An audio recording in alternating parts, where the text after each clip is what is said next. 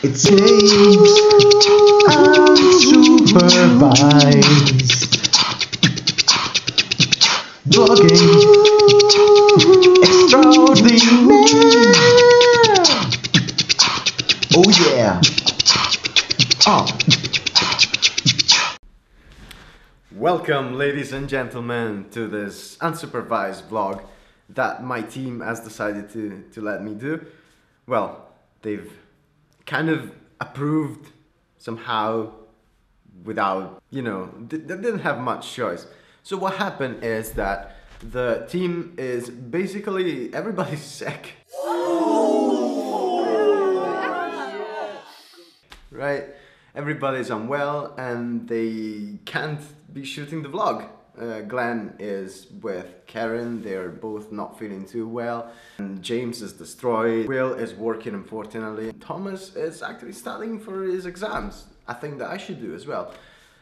In the meantime, you are left with me. But little did they know, they left the task in the hands of an experienced master of entertainment. Caution, content's hot. Guess that's where I must have dropped my mixtape, eh? I am so very glad that my humor matured with my age. So, what we want to talk about today? Well, I've got something for you. As some of you may know, the Global Game Jam is coming through on the 26th until the 28th of this month. So this is a very exciting happening experience for me. I'm always looking forward to the Global Game Jam. For those who don't know what the Global Game Jam is, well, a game jam is an event, okay, that goes through usually a day or two, in which people just gather around, mostly in the same room, but it can be online as well. And they just make games for 2 days straight. It's amazing, it's amazing. The Global Game Jam is the same thing, but on a global scale.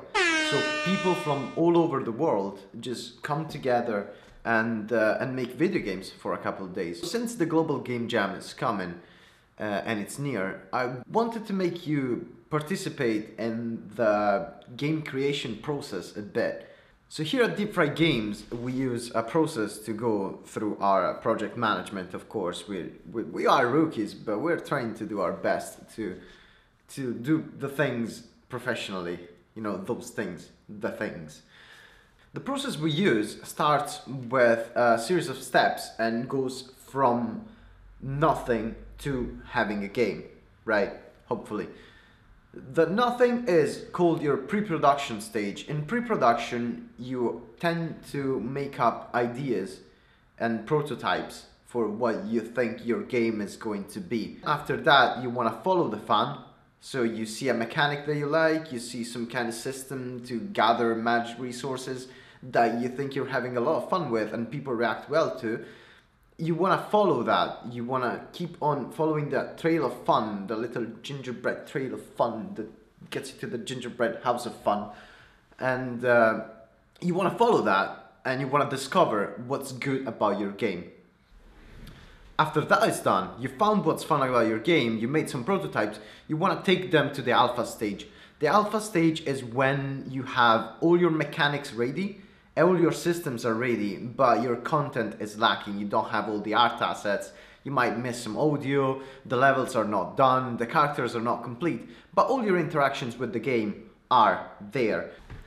There are many ways to make prototypes. Did I turn on the microphone? Is this on? There are many ways of making prototypes.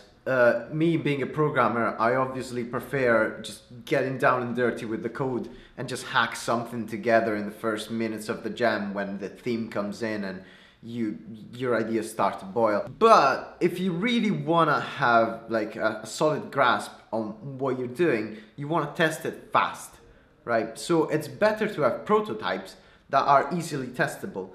Now, if you're working with a mechanic that you think it's fun, probably getting down and dirty with the code is the best idea because it allows you to have something that people can just get their hands on very fast. But if you're not, if you're making something that's more based on mechanics or some kind of system that you really think it's gonna make it, you know, like a very nice game, very meaty game, what you want to do is get into paper prototyping, and that's what I want to talk about today. Well, it took me a while. Fucking master of entertainment right here. So, paper prototyping is the process of taking literal pieces of paper and making a prototype on it. Now, I'll show you what I mean in a second. So these are my favorite tools for paper prototyping. There's my 4-color pen that you can get like for pretty cheap almost everywhere. These are blank cards that you can get from Amazon for like a $5 for 500 cards or something ridiculous like that. And these are just normal dice, you know, just you throw them, you cry a bit because you lost your house, you know, it's the usual.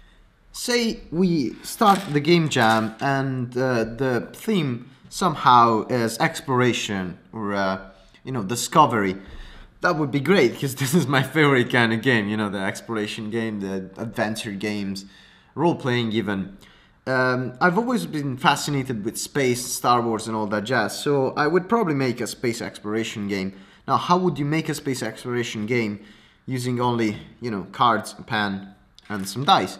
Well, I think, first of all, I would like to have some kind of galaxy map, and I could just, you know, virtualize the galaxy map using cards. You know, that could be my galaxy map.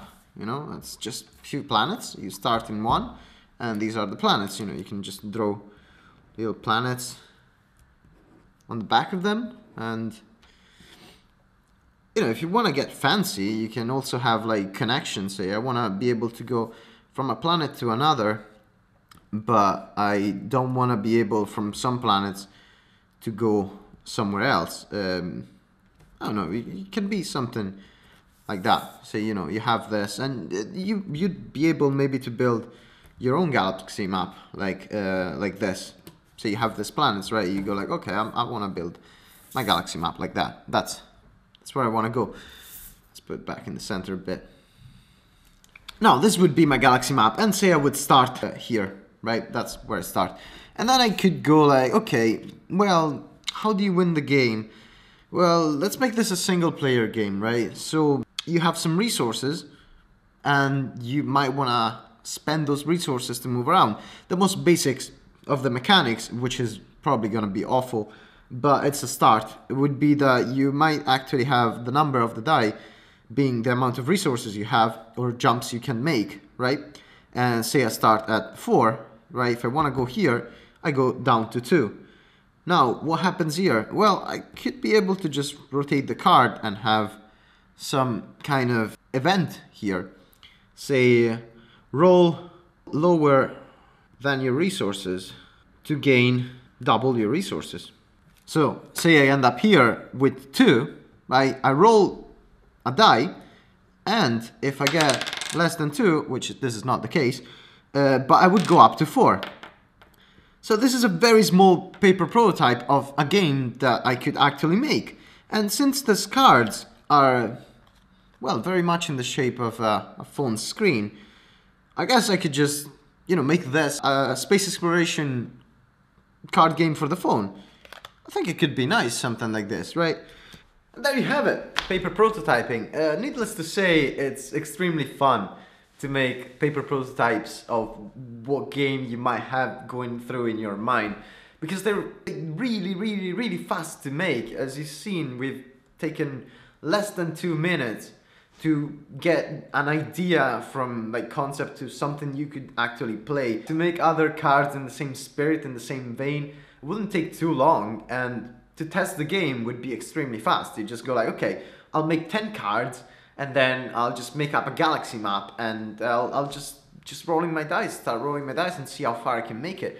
Maybe I could hide some treasure in one of the cards in the planets, and the goal would be to find the most treasures before you run out of fuel. It could be a high score game, or you could make it collaborative or competitive, you know, just add a second player. It could become a memory game in the same vein of an exploration game. You just go like, oh, maybe I remember the guy that I was playing with went there, there were 3 resources there, so I'll go there.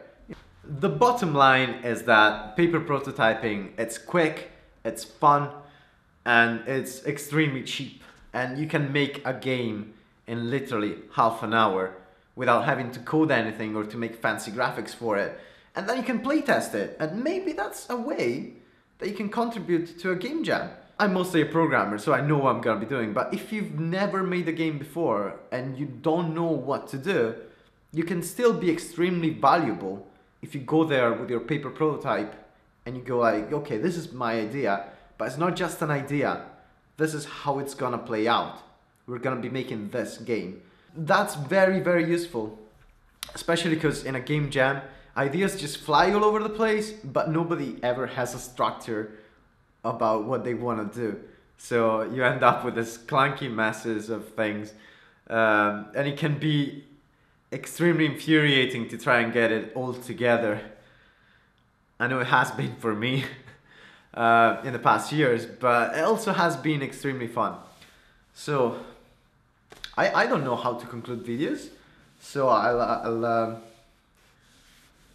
hope to see you guys at the 2018 Global Game Jam here in Glasgow. If you happen to be in Glasgow, here at DFG Games we love making games, and we hope that we can share this passion with you guys as well. So I don't know if we're gonna be making a game as a team at the Game Jam, but I'm gonna be making games and I'm gonna share with you guys after the Game Jam is finished. So if you wanna jump in and submit your game or link a video to your game as a response to this one, we're definitely gonna have a look at it, and maybe we're gonna, you know, discuss it in the next blog. Maybe not, because this has been my attempt, but I have no control over what's going on after this. Alright guys, that's great. See you next time.